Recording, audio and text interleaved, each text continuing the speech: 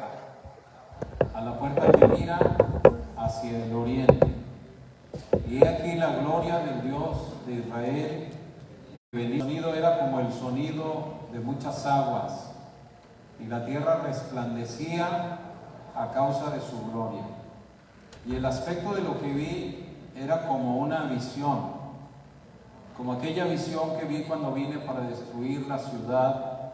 Y las visiones eran como la visión que vi junto al río Quebar.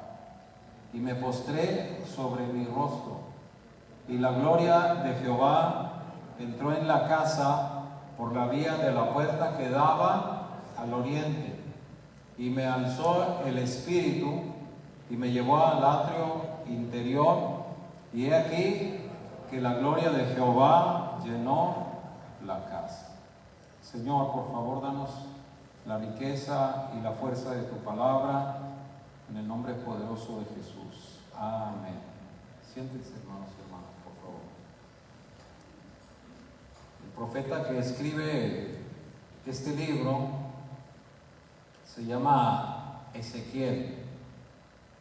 La palabra Hazak, que es de donde viene su nombre, significa fuerza, fortaleza. Y la terminación él, en los nombres, significa Dios.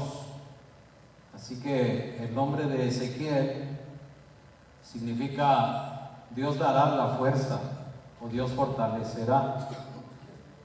Este hombre originalmente estaba destinado como sacerdote por nacimiento, porque había nacido en la familia de Leví, la tribu de Leví, y en la familia de Aarón. Y él desde pequeño le infundieron el orgullo de su tribu, de ser parte de la tierra de Israel, de la nación de Israel, de ser parte de la casta sacerdotal escogida. Y él estaba muy emocionado siempre por su ministerio que iba a desarrollar, cómo iba a servir a Dios, cómo iba a representar al pueblo ante Dios, iba a ofrecer sacrificios. Su vocación tenía un honor impresionante en el pueblo, y él se guardó para ello. Se había casado también para poder desarrollar dignamente su sacerdocio. Estaba muy deseoso de que llegara el día de que lo inauguraran a él y a su generación en el ministerio. Estaba por cumplir sus 30 años, que era la hora, el día en que él iba a entrar a ministrar por primera vez, y ya estaba con toda la emoción, el ardiente deseo de que llegara el día. Pero durante esos últimos años se oía una profecía de que Jerusalén iba a ser invadida por los babilonios y que el templo iba a ser destruido. Y había dos versiones de esto. Una que decían que la profecía era falsa porque el templo no podía ser destruido porque era la casa de Dios, y nadie puede atacar la casa de Dios así nada más, menos una nación idólatra. Y había la parte profética como Jeremías y los que le creían, que pensaban que sí, que la nación iba a ser destruida y el templo iba a ser arruinado. Y Ezequiel estaba viviendo en esa tensión entre las dos versiones que había de la exposición. Y sucede que un día llega el ejército de Babilonia y se lleva una ronda de cautivos y mata a mucha gente. Mató muchos ancianos, muchos oficiales, mató sacerdotes, mujeres, niños, de todo. Y seleccionaron sobre todo jóvenes para llevarlos a Babilonia como cautivos, y en esa primera redada se fue Ezequiel cautivo. Y él iba allá a Babilonia cautivo, con las manos atadas y pues con golpes y maldiciones y blasfemias. Y llegó a Babilonia, pero él tenía la esperanza de que en cualquier momento Dios iba a hacer un milagro y los iba a retornar a su tierra y él iba a poder ejercer su sacerdocio en el templo. Pero algunos años después le llega la noticia de que otra vez habían invadido Jerusalén, pero esta vez Nabucodonosor había ordenado derrumbar el templo y llevarse el oro y las piedras preciosas que había allí y los utensilios de la casa de Dios, se los llevó a Babilonia, al templo de su Dios, y allí iba la segunda redada, y esta vez le llegó la noticia a Ezequiel, y todos sus sueños de ser sacerdote se comenzaron a desmoronar allá en Babilonia.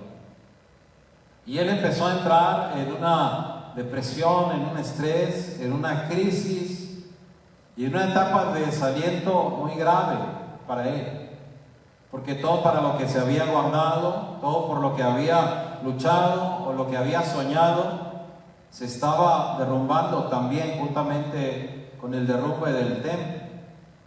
Y entonces él y su generación están lamentando allá en el cautiverio. Lamenta su condición de cautivo, pero lo que más lamenta es haber perdido la oportunidad de servir a Dios en aquello para lo cual él había nacido. Total que en aquel lugar ya no puede ejercer el sacerdocio, pero entonces Dios lo levanta como un profeta de él allá en Babilonia. Y ya no es sacerdote, pero ahora es el profeta de los cautivos.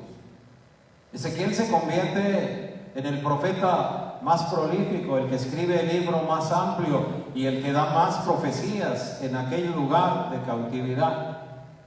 Es un profeta que tiene experiencias con Dios muy únicas, muy especiales. Nadie tiene las experiencias que él tiene con el Señor. Él tiene experiencias de recibir profecías que parecen profecías que solamente una persona loca podría dar. Parece un loco en lo que hace, pero cada locura que él realiza es para dar un mensaje profético de Dios al pueblo. Tiene un ministerio muy gráfico. La gente cada vez que lo ve le pregunta, ¿por qué haces eso? Porque hace cosas muy, muy extremas. Y él entonces se convierte en un grito de alarma continuo. Es una persona, un profeta que denuncia y condena los pecados de su pueblo. Es el profeta de la esperanza, pero para dar esperanza tiene que comenzar llamando al pueblo al arrepentimiento y condenando lo que el pueblo había hecho para perder su posición gloriosa en Jerusalén, en Israel y sobre todo en el templo. Ezequiel es un profeta que experimenta el dolor de una manera terrible. Todos los profetas experimentan dolor. Todos los profetas experimentan crisis muy graves y eso los hace muy sensibles y eso también los moldea y los quebranta y los habilita para ser vasos del Espíritu Santo de Dios, para recibir la revelación de Dios y comunicarla al pueblo de manera muy precisa y también de manera muy empática.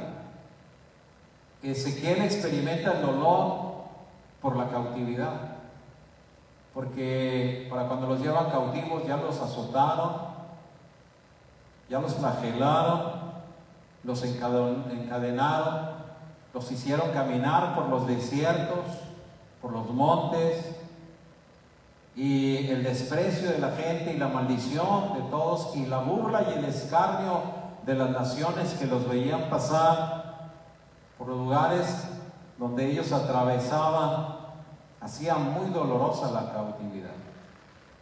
La otra es que la profecía de la cautividad decían que iba a durar 70 años en el exilio Israel, y entonces ellos se iban muy jóvenes. Imagínense, por ejemplo, Ezequiel, que se iba casi de 30 años, y si la cautividad se prolongaba durante los 70 años, él ya no iba a volver a su tierra, quizá, o si volvía ya como un anciano, ya completamente casi acabado.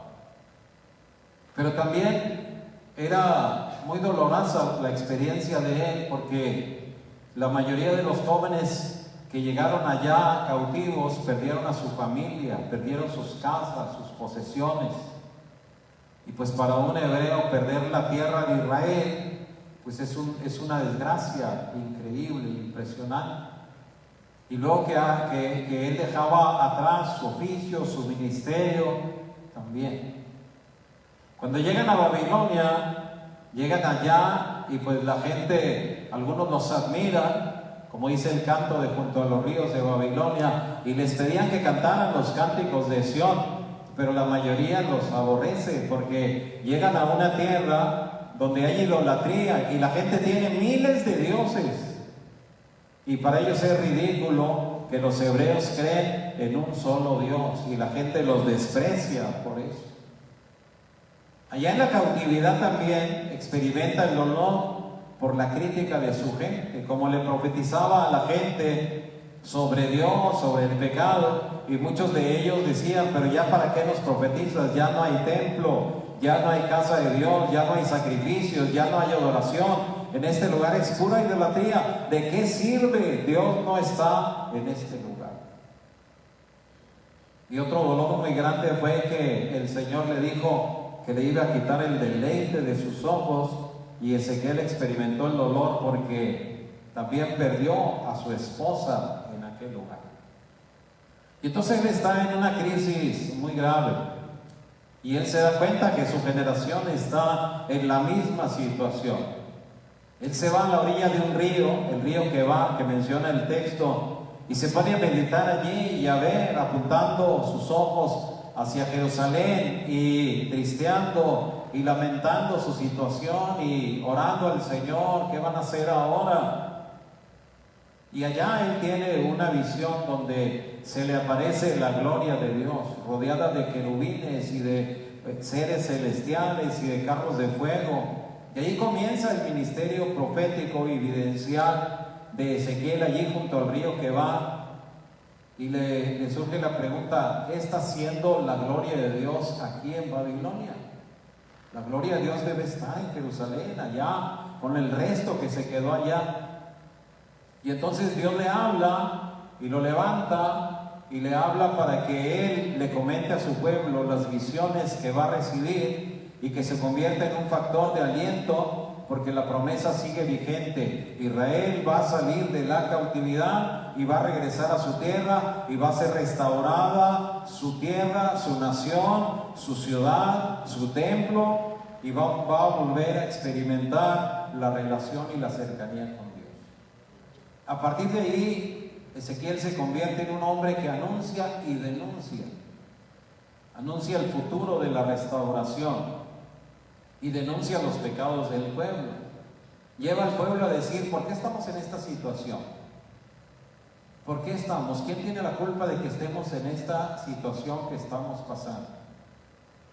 Y entonces lleva al pueblo a una confrontación consigo mismo, con sus pecados. Cuando uno lee el libro de Ezequiel, se da cuenta que Ezequiel tiene visiones de parte de Dios donde lo lleva a las casas de los hebreos, donde ellos estaban viviendo antes de llegar a la cautividad y todavía durante el tiempo de la cautividad. Y en las casas de los hebreos, donde se supone que adoraban a un solo Dios, Dios le permite ver a Ezequiel que había ídolos en esas casas.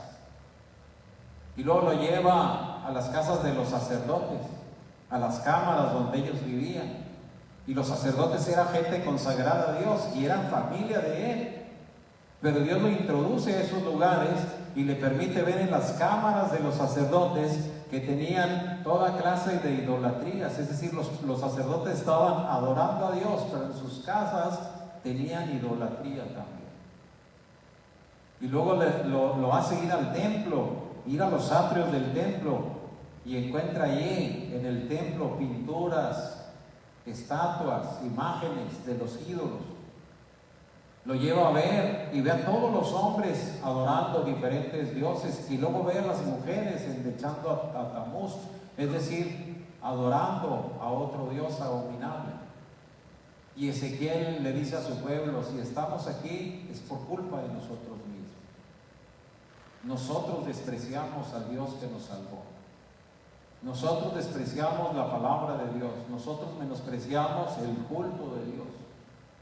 Esa es la denuncia. El anuncio es: pero Dios nos tiene aquí y va a seguir tratando con nosotros y nos va a mejorar y a pulir y a quitar la idolatría, porque Dios todavía quiere tratar con nosotros. Y Ezequiel entonces habla a su generación de la esperanza de mayores bendiciones después de la cautividad. Y habla a esa generación postrera para prepararlos con una mentalidad diferente a solo estarse lamentando en la situación. ¿Qué se hace en los tiempos de crisis? ¿Qué debemos hacer en los tiempos en los que viene el quebrantamiento? Nosotros tenemos dos opciones: o caer en la mentalidad de la desgracia o adquirir la mentalidad de la restauración. Y Ezequiel para eso prepara a su generación. Es decir, prepararnos para cuando vuelva la gloria, cuando venga la restauración, nosotros tenemos que tener nuestra fe intacta. Se trata de conservar la fe en medio de las crisis. No importa lo que estés pasando, tu deber es conservar tu fe.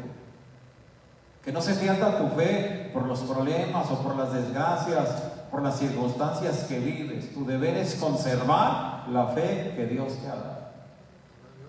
Y también preservar la fe y también proyectar la fe. De modo que Ezequiel ya no solamente es alguien que tiene que conservar su fe, sino tiene que preservar la fe y proyectar la fe hacia las personas que están en su entorno y que lo rodean, los cautivos. La introducción está en Ezequiel, capítulo 40, en los primeros 4 versículos. Y esto da una introducción al texto que vamos a tratar ahora. Pero quiero que lo vean allí conmigo, si pueden leerlo en voz alta, está bien. Dice, en el año, ¿qué? ¿Cuántos años tenía ya cautivo Ezequiel?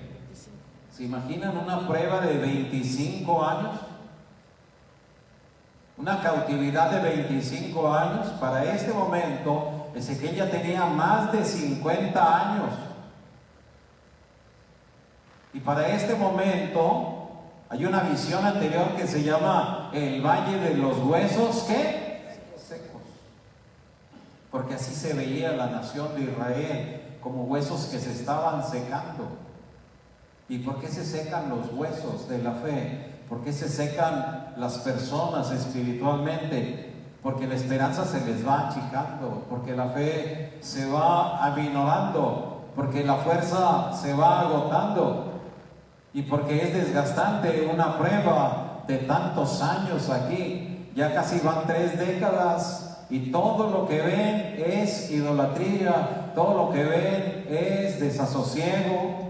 Y todavía faltan 45 años más para que esta prueba se acabe, es decir, casi el doble. Entonces, ¿qué necesita el pueblo? Cuando se está agotando, necesita esperanza y necesita alimentar la fe. Y en ese momento de desesperanza, de dolor, de crisis, Dios le trae a Ezequiel a una visión. Vean el texto bíblico, dice en voz alta, ¿cómo dice? En el año 25 de nuestro cautiverio, al principio del año, a los 10 días del mes, a los 14 años después que la ciudad fue conquistada, en aquel mismo día vino sobre mí la mano de Jehová y me llevó allá a la ciudad santa. En visiones de Dios me llevó a la tierra de Israel y me puso sobre un monte muy alto, sobre el cual había un edificio parecido a una gran ciudad hacia la parte sur. Me llevó allí y aquí un varón cuyo aspecto era como aspecto de bronce y tenía un cordel de lino en su mano y una caña de medir.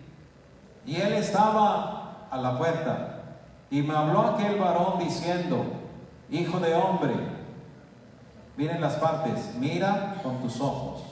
¿Qué más? Oye con tus oídos. ¿Qué más? Pon tu corazón a todas las cosas que te muestro, porque para que yo te las mostrase has sido traído aquí. Y luego dice: y cuenta todo lo que veas a la casa de Israel. En ese texto nosotros podemos encontrar en el versículo primero la fecha de la visión. Año 25, 10 días del mes, 14 años después de la conquista de la ciudad. Era el principio del año y dice que fue 14 años después de la conquista de Jerusalén, y se refiere que en ese tiempo también fue derrumbado el templo donde él tenía que ministrar. Ahora, ¿cómo se da la visión en el caso de Ezequiel? Dice, la mano de Dios vino sobre mí, dice el texto bíblico.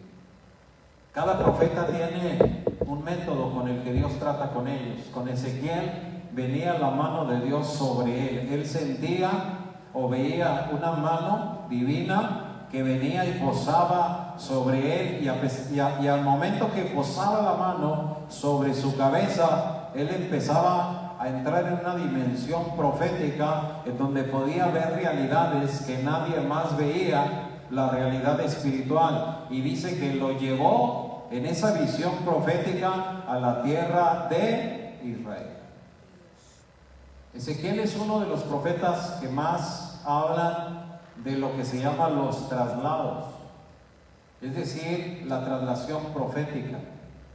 Esto sucede cuando una persona, Dios la toma y la levanta de un lugar y la lleva a otra en dimensión profética. Esto se ve, por ejemplo, en el caso de Elías, el traslado de Elías, que dice que Elías estaba en un lugar y de repente desaparecía y aparecía en otro lugar, y dicen que los reyes lo buscaban para matarlo por la profecía que había dado de la sequía, pero dice que había mandado buscarlo en todas las naciones y en ninguna parte lo habían hallado. Y dice el siervo de Acab, el rey, cuando Elías le dice, ve, llama al rey, él dice, no voy a ir, porque si yo voy y le digo que estás aquí y el Espíritu de Dios te lleva a otro lugar, el rey me va a matar a mí. Es la traslación en la dimensión profética.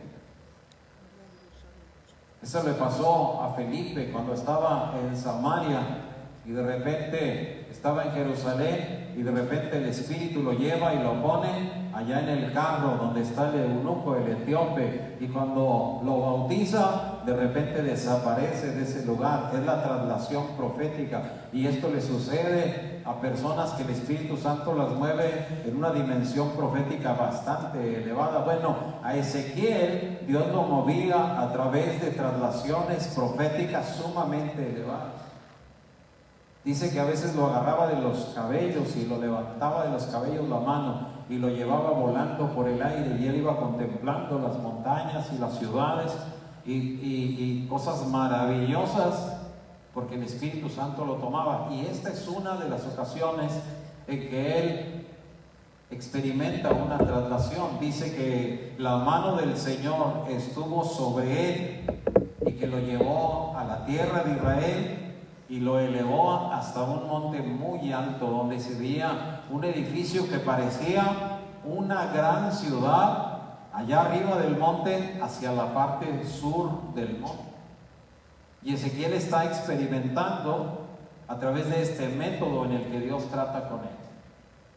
Ahora, el enfoque de la visión, en primer lugar, aparece sobre una persona que está allá en aquella ciudad, en aquel monte, que es un varón, dice Ezequiel, y que tiene una caña de medir, y tiene una medida, digamos una cinta de medir o algo así, que ahorita podría ser como un tipo de arquitecto que está tomando medidas en aquel lugar. Y Ezequiel se la queda viendo, y el hombre le dice, mira con tus ojos. Y luego le dice, oye con tus oídos. Porque quiere decir que la visión que Ezequiel va a tener a continuación, la que sucede, es una experiencia de una visión multisensorial. Es decir, no solamente va a ver algo, sino que también va a oír algo. Y tiene que estar listo, porque va a percibir cosas con su corazón. Le dice, mira con tus ojos, oye con tus oídos, pon tu corazón en lo que te muestro, a la visión que te muestro. Son las tres dimensiones en las que uno debe venir a la casa de Dios. Debe venir dispuesto a ver qué ve, qué te muestra el Señor. Debe venir dispuesto a ver qué oye, qué nos dice el Señor. Pero aparte de lo que perciben los oídos y los ojos, uno debe venir con el corazón dispuesto, porque hay cosas que espiritualmente no se perciben con los sentidos, pero el espíritu, el corazón, el alma interna las puede percibir. Cuando nosotros nos vamos de aquí, llevamos más bendición de la que nosotros pensamos o de la que nosotros creemos. Oímos la palabra y vemos las cosas que están sucediendo, pero hay cosas que Dios hace en nuestro interior que ni las vemos ni las oímos, pero cuando nos vamos de aquí, nos vamos bien bendecidos en el nombre del Señor. Gloria a Dios, aleluya. Pero la razón por la que le dice que vea con sus ojos y oiga con sus oídos y perciba con su corazón, dice, y cuenta todo lo que veas a la casa de Israel, es porque Él es un profeta, es porque Él va a recibir la esperanza, el elemento que detona la fe, el elemento que va a fortalecer al pueblo que está desalentado. Y dice, yo te muestro las visiones por causa de mi pueblo Israel, y allá tienes que ir a contar la visión. Y a partir de ese momento, Ezequiel se le pega al hombre y fija en él la vista para que el hombre le vaya diciendo, mira esto, mira allá, observa, oye. Y ese hombre que está ahí, que se supone que es un ángel de Dios especial, es un ángel que habla con los profetas, porque también en el libro de Zacarías aparece un hombre con un cordel de medir y con una caña también. Entonces, a partir de este momento, Ezequiel es llevado por este hombre y dice que lo coloca en la puerta del templo, la que da al oriente, dice el texto. Así como aquí tenemos varias puertas, nosotros tenemos las puertas con ubicación a los puntos cardinales, y el templo tenía puertas por donde la gente entraba al atrio, al santuario, pero había varias puertas hacia los puntos cardinales. Estas que tenemos aquí nosotros dan al norte. Había puertas al sur, había puertas al poniente, y la puerta principal estaba al oriente. Aquí, con mucha coincidencia con esto, la puerta principal de nuestra iglesia apunta al oriente, desde donde nace el sol, donde se levanta el sol. Y desde allá contempla Ezequiel con la visión hacia el oriente, que se va levantando una luz impresionante allá a la orilla. Y el hombre que tiene la caña de medir le dice, apunta hacia allá tu vista. Y Ezequiel apunta la vista hacia el oriente y se va levantando, pero no es el sol, es algo más grande que el sol. Le dice, es la gloria de Dios. Y Ezequiel ve la luz que se levanta hacia arriba, hacia el cielo. Pero luego ve que aquella gloria empieza a venir al cielo, se empieza a acercar. Y Ezequiel es un profeta que de principio a fin habla de la gloria de Dios. Cuando nosotros hablamos de la gloria de Dios en la Biblia, se presenta de diversas maneras. Por ejemplo, la gloria puede ser la luz de Dios, que acaba con las tinieblas. Así la vio Pablo, dijo, una gran luz me apareció en el camino a Damasco, que dice que lo dejó ciego, y aparecieron unas como escamas en sus ojos que no le permitían ver. Es un fulgor impresionante. Cuando hablamos de la gloria, hablamos del resplandor divino, del brillo. También la gloria quiere decir la majestad. Dice Isaías que estaba en el templo la gloria de Jehová, y dice que estaba sentado en un trono alto y sublime, y dice sus faldas llenaban el templo. Es la majestad de Dios. Todo lo cubría la majestad de Dios. Estás hablando de la grandeza de Dios contemplada en una forma maravillosa. Lo que ven los ángeles y los serafines y los querubines en el cielo se revela en esta dimensión profética en una forma de hermosura, belleza y esplendor sin iguales. Todo es superlativo. O sea, no es una luz común, es una luz más brillante y más resplandeciente que la del sol. Es una majestad que no se percibe humanamente, se percibe por el Espíritu. No la puede ver nadie más que aquellos a quienes Dios, el Espíritu Santo, los hace entrar en la dimensión profética y les abre los ojos y les amplía su capacidad sensitiva para poder sentir, percibir en su espíritu la gloria de Dios. Y esta es una experiencia profética que está contemplando Ezequiel en aquel momento. Y entonces Ezequiel ve la gloria de Dios en Babilonia. Para él, si está en Babilonia, no está en Israel, y no está en Jerusalén, y no está en el templo. Y Ezequiel empieza a darse cuenta de lo que había sucedido, porque la pregunta es: ¿por qué el pueblo de Dios es atacado por un pueblo impío? ¿Por qué la casa de Dios es destruida por un pueblo idólatra? Y la razón que se le había dado a Ezequiel antes es porque se quedó sin gloria el pueblo, se quedó sin gloria la casa. Seguía habiendo templo, pero ya no estaba la gloria de Dios. Había sacerdocio y había ministerio y había culto, pero ya no estaba la gloria de Dios. Y no hay nada más triste que un templo sin la gloria de Dios. No hay nada más triste que el pueblo de Dios sin la gloria de Dios. Pero ahora Ezequiel va a contemplar algo maravilloso, que no hay nada mejor que un templo y un pueblo con la gloria de Dios. Cuando no hay gloria, hay un vacío, aunque esté hermoso, aunque esté dorado, aunque tenga plata y piedras preciosas como el templo de Salomón. Si no hay gloria en la casa de Dios, hay vacío. Si no hay gloria en el culto, hay sinsentido. Si no hay gloria en el templo, hay insatisfacción.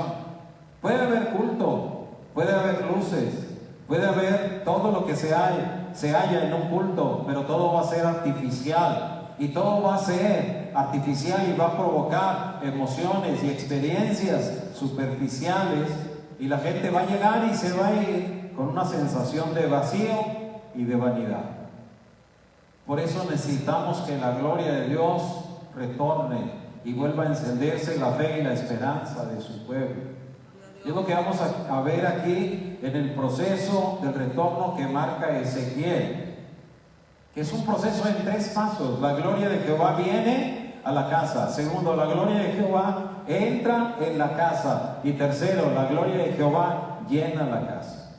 En los primeros 3 versículos aparece la primera etapa. La gloria de Jehová viene hacia su casa. Vamos adelante, por favor, y vamos a ver el texto bíblico, los primeros 3 versículos. Vamos a leerlo. Ustedes ayúdenme a leer ahí en voz alta. ¿Cómo dice? A la puerta que mira, ¿hacia dónde? Hacia el oriente, como esta que tenemos aquí nosotros. Y aquí que la gloria del Dios de Israel, que venía ¿de dónde? Del oriente, de allá, de aquella parte donde están aquellos lugares lejos de allá, venía, se iba levantando sobre las montañas la gloria de Dios. Y dice que su sonido, el sonido de la gloria, acuérdense, le dijo el ángel: ve con tus ojos. Y luego le dijo: oye con tus oídos. ¿Qué va a oír? Porque dice, el sonido de la gloria era como el sonido de muchas aguas. Y luego otra vez, en la tierra resplandecía a causa de su gloria. Y el aspecto de lo que vi era como una visión, como aquella visión que vi cuando vine para destruir la ciudad, y las visiones eran como la visión que vi junto al río Quebar, y me postré sobre mi rostro. Entonces, según este texto, El ángel lo lleva y dice que lo lleva a la puerta de la casa. Dice, la puerta que mira al oriente. Y ve la gloria de Dios que aparece desde el oriente, pero no estática, como que ya se quedó, sino él ve que la gloria se levanta y la gloria comienza a acercarse, y donde la gloria se va acercando, la gloria produce efectos impresionantes por donde va pasando. Por ejemplo, dice que la tierra resplandecía a causa de la gloria. Como cuando está de noche y se va levantando el sol, y llega el momento en que el sol se levanta a un punto donde la tierra se comienza a alumbrar y comienza a resplandecer, y se hace de día y se van las tinieblas. Y Ezequiel está viendo al cielo la gloria de Dios que viene, pero el ángel le dice que también mire hacia la tierra, y él mira que la tierra resplandece con la gloria de Dios que viene, y es una gloria que produce un sonido impresionante, porque dice que el sonido era como el sonido de muchas aguas, que quiere decir como las olas del mar rugiente, un sonido muy impresionante. Es una visión impresionante, es un sonido impresionante, y son efectos impresionantes que produce esta visión en el profeta.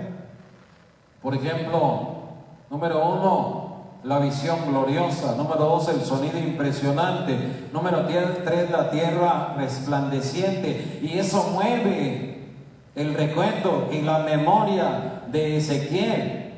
Y sucede otro efecto, porque dice que él se acuerda de visiones que antes ha tenido y la relaciona. Dice, aquella visión que tuve fue la visión que se parecía a la que vi cuando fui enviado a destruir la tierra. Y luego dice, o como aquella que vi cuando estaba junto al río Quebar, y le mueve el recuerdo y él empieza a relacionar las visiones. Aquella visión la tuvo para mostrarle por qué se había perdido la gloria de Dios en Israel. Esta visión la tiene para mostrarle que la gloria de Dios va a volver a Israel, y va a volver a la ciudad, y va a volver a la casa, y le da esperanza al pueblo. Y viene un efecto quinto, que es la postración. Dice, entonces me postré sobre mi rostro. O sea que tiene la visión, y cuando va viendo que la gloria se acerca y lo impresiona en lo más hondo de su espíritu, y le empieza a relacionar con las otras visiones, la gloria lo lleva a adorar. Y es uno de los efectos más impresionantes de la gloria. Una persona puede estar en el templo de Dios y puede estar distraído, puede no sentir nada, puede no ver nada, puede no hacer nada incluso. Pero una persona que ve la gloria de Dios se impresiona, adora, se postra, porque la gloria de Dios nos lleva a otro nivel de adoración. Si nos metió en lo profético, no es nada más para que seamos profetas, pero principalmente para que seamos adoradores de Dios. Y porque lo que vemos y lo que oímos lo tenemos que compartir, pero antes de ser compartidores o testigos o predicadores, tenemos que ser personas que adoran la gloria de Dios.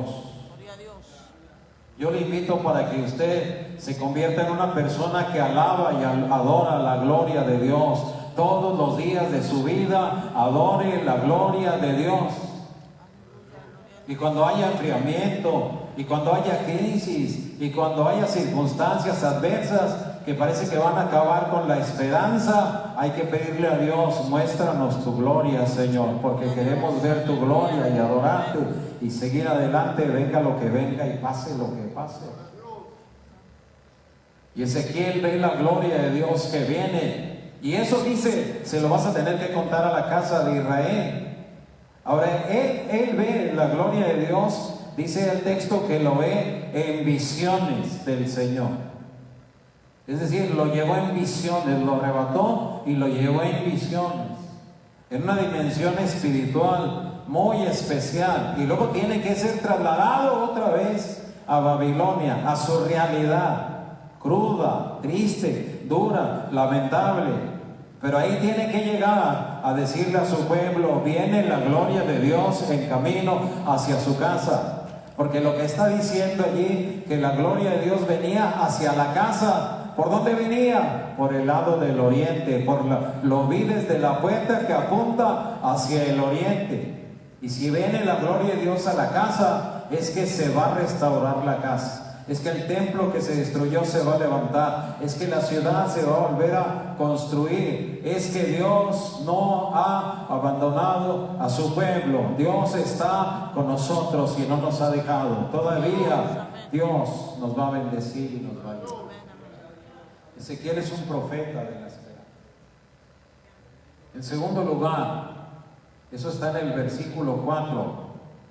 La gloria de Jehová, ¿qué hace? Entra en la casa. Vean lo que dice el versículo siguiente, léalo conmigo en voz alta. ¿Cómo dice? Y la gloria de Jehová, ¿qué pasó? Entró en la casa. ¿Por dónde? Por la vía de la puerta que daba al oriente. Fíjense el proceso del retorno. Primero ve la gloria lejos, que viene. Se viene acercando la gloria. ¿Cuántos la pueden ver o percibir? Se viene acercando la gloria. Y Ezequiel está ahí en la puerta del templo. Y de repente la gloria lo alcanza. Y Ezequiel alcanza a ver que la gloria entra en la casa. Y cuando la gloria entra en la casa, Ezequiel se tiene que mover. Y Ezequiel está postrado, acuérdense. Porque en la enseñanza bíblica no hay hombre que vea la gloria de Dios y pueda.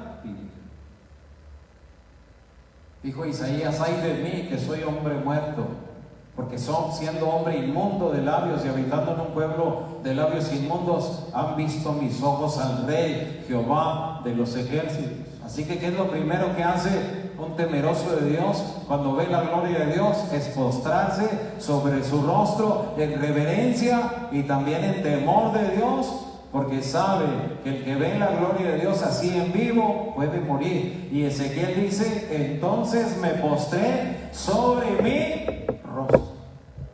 Y ahí tenemos a Ezequiel postrado en el rostro, allí en la puerta, y la gloria de Dios pasa, entra en la casa, y él ya no la está viendo con sus ojos.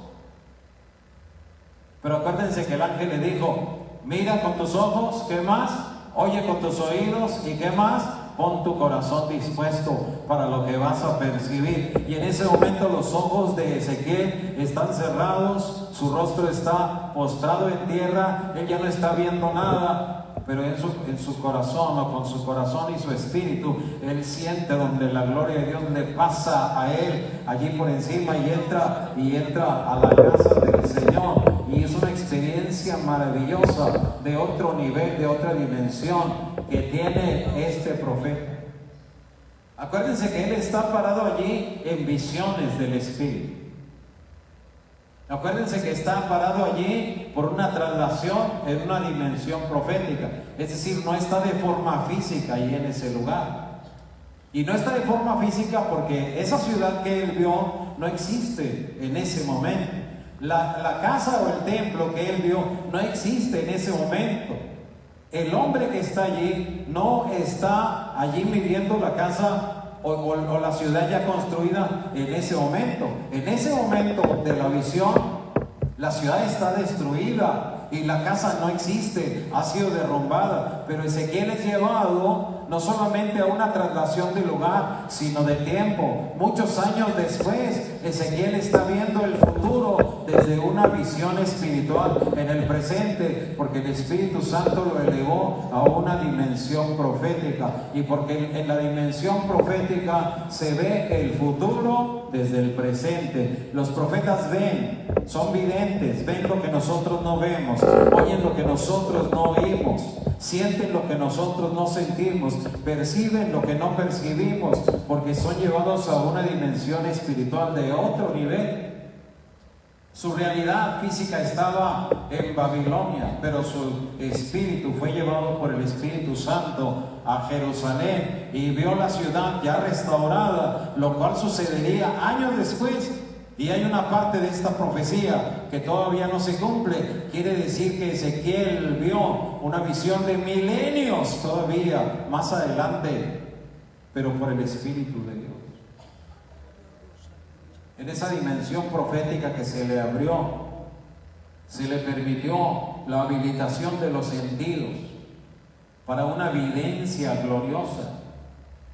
Se le ungió, y esa unción especial que él tenía le permitía contemplar la gloria de Dios. Y él sabía, los sacerdotes, él era un sacerdote de la casta de Aarón, y ellos sabían cómo se construía el templo, y ellos sabían cuál era la parte más importante, la puerta que daba al oriente. Y la historia de la Biblia se narra cuando los sacerdotes querían ministrar y cuando iban a entrar a veces al templo y no podían entrar porque había entrado la gloria de Jehová al templo, y eso él lo tenía en su corazón, y era lo que todo sacerdote quería ver. Todo sacerdote quería ministrar en la presencia de Dios y tener el honor de ministrar en la presencia del Señor, de Jehová de los ejércitos, pero anhelaba ver un día que sucediera lo que sucedió en el tiempo de Moisés, en el tiempo de Aarón, en el tiempo de Salomón, que cuando ellos querían entrar a ministrar no podían, porque dentro había aparecido la gloria de Jehová. Y ahora Ezequiel está sintiendo la gloria de Jehová desde su postración, está sintiendo que la gloria de Dios pasa por encima. Y lo ve, y le preguntan los cautivos: ¿y por dónde entró la gloria de Dios? ¿Por qué puerta? Y él dice: entró por la puerta que estaba en el oriente. ¿Y la viste? Bueno, de allá venía. ¿La viste? No la vi, pero yo estaba postrado y la sentí cuando entró. ¿Cuántos quieren sentir la gloria de Dios en su vida? Gloria a Dios, amén. Que estés orando en la madrugada, allí en la orilla de tu cama, que estás ahí en la sala de tu casa adorando la gloria del Señor, y que con los ojos cerrados no veas nada y que tus oídos no perciban nada, pero de repente y de pronto sientes que te invade la presencia, la gloria de Dios, y aunque tus ojos no lo ven, tus oídos no lo oyen, tu espíritu, tu alma, tu corazón siente que ahí está el peso de la Shekinah, la gloria de Dios que te toca, te bendice, y tú la sientes. Y la gente te dice: ¿la viste? No. ¿La oíste? No. Entonces, ¿cómo sabes? Porque sentí la gloria que pasó por encima. Gloria a Dios, aleluya. ¿Cuántos lo han sentido? Amén, aleluya. En serio, ¿cuántos han sentido la gloria de Dios? Bueno, Ezequiel la sintió, y ahí estaba, ahí la ve. Esa visión para él es esperanzadora, porque antes la gloria de Dios se había ido de la casa. Y se había ido porque en la casa había idolatría. Dicen que había pinturas de serpientes y de dragones y de bestias y de cuadrúpedos. Y la gente llegaba a adorar a Dios y veía esos animales y también los adoraba a ellos. Y luego dice que estaba allí una imagen del sol y una imagen de la reina del cielo. Y la gente llegaba al templo y encontraba esas imágenes y las adoraba. Y entonces la gloria de Dios empezó a apartarse de ese lugar. Pero ahora hay una visión donde Ezequiel ve el templo reconstruido y lo ve limpio el templo, y ve al hombre tomando las medidas exactas que debe tener, es decir, dándole la honra que debe tener la casa de Dios. Ahora está en una dimensión videncial, y ahora ve lo que Nabucodonosor había derrumbado, ahora lo ve construido. Lo que estaba en ruinas y que había debilitado la moral del pueblo, que estaba por los suelos, lo que había opacado la esperanza, lo que el cautiverio había grabado en 25 años. Parecía que la esperanza se estaba muriendo, pero antes de que se muera la esperanza, Ezequiel ve la gloria de Dios que viene. Gloria a Dios, aleluya. Antes de que se acabe la fe, Ezequiel siente la gloria de Dios que entra a la casa. La esperanza no muere, la fe no se acaba, la fuerza no se agota completamente, porque los profetas de Dios comunican sus visiones y anuncian el porvenir glorioso, y nos dice que a pesar de las pruebas que tenemos y de las luchas y de las crisis y de las debilidades, todavía Dios tiene algo más grande para nosotros, y va a venir la gloria de Dios a su casa de nuevo y nos va a bendecir. Y la gloria de Dios no solamente viene, la gloria de Dios entra en la casa. Gloria a Dios. Amén. Ezequiel es el profeta de la esperanza. Y en tercer lugar, la gloria de Jehová llena la casa. Versículo 5. Vean lo que dice el texto bíblico, por favor, en voz alta, ¿cómo dice? Me alzó el Espíritu y me llevó Y me alzó el Espíritu. ¿Y me llevó a dónde? Al atrio interior. Y he aquí la gloria de Jehová. ¿Qué pasó? Fíjense el proceso. La gloria viene a la casa. Número 2, la gloria entra a la casa. Número 3, la gloria llena la casa. Gloria a Dios. Ezequiel ya sabe que pasó la gloria de Dios. Y Ezequiel sabe que no puede voltear. Él sabe, como sacerdote de Dios, sabe que no puede atreverse a contemplar la gloria de Dios así. Pero Ezequiel está postrado, y acuérdense que el Espíritu lo había traído desde Babilonia hacia Jerusalén, a la tierra de Israel, a Jerusalén, y lo había colocado en un monte muy alto, y lo había llevado a la casa y lo había puesto a la puerta del oriente de la casa. Pero en el texto bíblico que leemos, dice que el Espíritu Santo lo toma, ¿y a dónde lo lleva? Al atrio interior. Atrio se traduce como patio. Como por ejemplo aquí nosotros, antes de entrar al templo, cruzas la reja, y esa parte que está allí entre la reja y la puerta, ese sería un atrio. ¿Sí? Y luego acá hay otro espacio que sería atrio, y luego acá para esta parte hay un atrio más chiquito, y el templo estaba en una posición y tenía un atrio grande y se dividía en dos atrios, y a este le llama el atrio interior, que es una parte del atrio por donde andaban comúnmente entre el templo y las cámaras que había allí.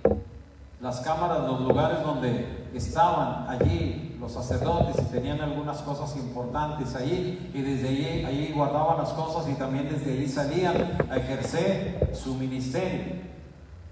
Ahora, es importante que Ezequiel está postrado allá en la puerta del templo. Y entonces dice que lo toma el Espíritu y lo vuelve a levantar. Ahí está el traslado otra vez. Y va y lo coloca en el atrio interior. Y desde allá, desde el atrio, ahora sí puede voltear, porque pues están las paredes de la casa. Y se supone que ya no se ve lo que está dentro de la casa. Pero Ezequiel sí ve lo que está dentro de la casa, a pesar de las paredes. Él ve lo que está dentro de la casa. ¿Y qué es lo que ve que está dentro de la casa? Dice que ve la gloria de Jehová, que está ¿qué? Llenando la casa.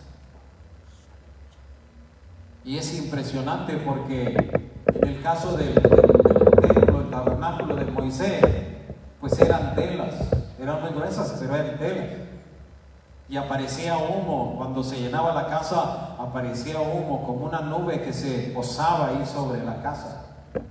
Y cuando la nube llenaba la casa, entonces los sacerdotes no podían entrar a ministrar, porque estaba la gloria de Dios ocupando, y cuando la gloria de Dios ocupaba, nadie podía entrar. Era como Dios marcar su territorio y decir: aquí el más importante soy yo. Y los sacerdotes tenían que guardar reverencia, quedándose afuera de la casa, y desde allá ellos entonces anunciaban la gloria, y la gente se postraba, y todo el pueblo adoraba a Dios mientras veía el humo que salía de la casa. Y ahora, en el caso de Isaías, dice Isaías que él ve que el Señor está sentado en un trono alto y sublime, y sus faldas llenan el templo. Y luego dice que estaban ahí los serafines y que ellos continuamente estaban declarando la santidad y la gloria de Dios. Santo, santo, santo, Jehová de los ejércitos. Toda la tierra está llena de su gloria. Y dice que los quiciales de las puertas se estremecían con la voz del que clamaba. Y luego dice, y la casa se llenó ¿de qué? De humo. Y Ezequiel estaba viendo que la gloria de Dios estaba llenando la casa. Él sentía la casa llena allí de la gloria de Dios y la veía y la percibía y veía el humo que salía por todas partes, y él está absorto en esa visión de la majestad divina. Desde el lugar donde lo puso el Espíritu, él está viendo y notando que la gloria de Jehová llenó la casa. Ya no había espacios vacíos, porque la gloria lo cubría todo. Muy especial cuando la gloria de Dios lo cubre todo. A veces decimos, los que estamos acá ministrando o los adoradores que están aquí, dicen, en el altar se siente la presencia, la gloria de Dios, pero la gente no percibe nada. Y a veces dicen, aquí se siente la presencia de Dios y en el altar se siente la presencia de Dios, pero aquí no. Aquí está hablando de que la gloria de Dios llenó la casa, saturó la casa. Dios llegó a una invasión absoluta y tomó posesión de su morada. Ocupa todo el santuario, no deja lugar para nada ni para nadie. Es decir, Dios toma su posición en el lugar que se les había construido.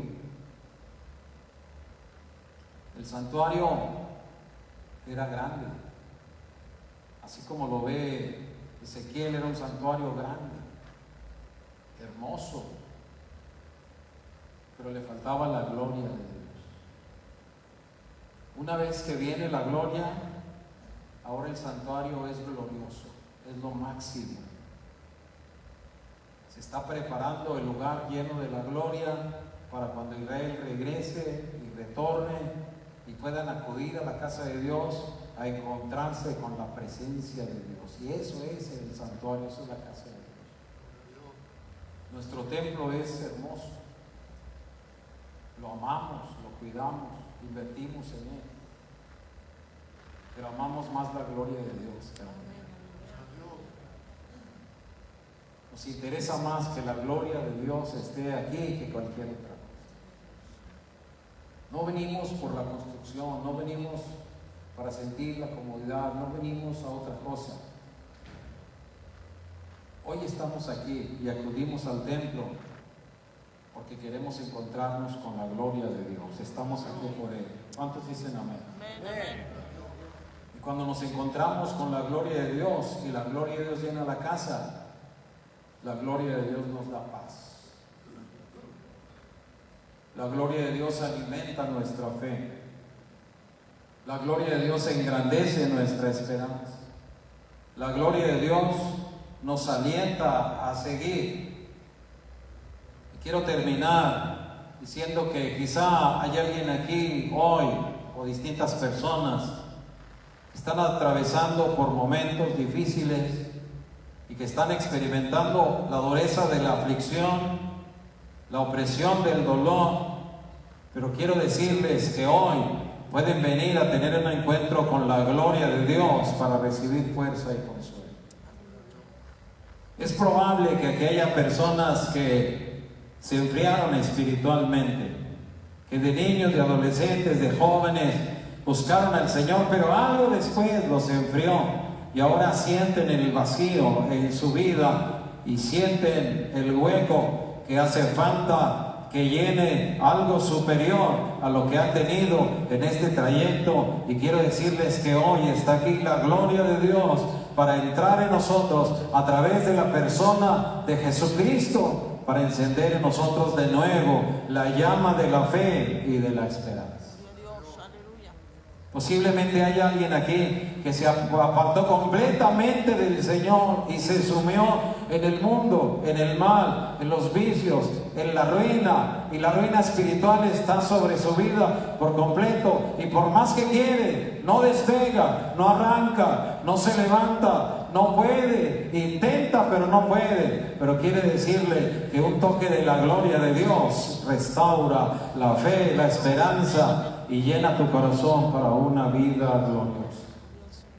Yo quiero invitarles a que vengamos hoy al altar y vengamos a buscar la gloria de Dios y decirle que nos muestre la gloria en Cristo, y que le digamos como iglesia y que le pidamos que la gloria venga a nuestra vida, que la gloria entre en nuestra vida y que la gloria llene nuestra vida. No pierdas la fe, no pierdas la esperanza, no te dejes vencer por el desaliento, no dejes que el desánimo te arruine la vida espiritual y la carrera que llevas. No dejes que se te acabe la fe ni que se te apague la esperanza. No dejes que la vida espiritual se muera dentro de ti, porque para eso en la casa de Dios viene la gloria, viene la gloria, viene la gloria. A lo mejor la ves lejos, pero ya viene, ya viene. Ya viene la gloria, ya viene. Ya se va acercando la gloria de Dios, ya se va acercando.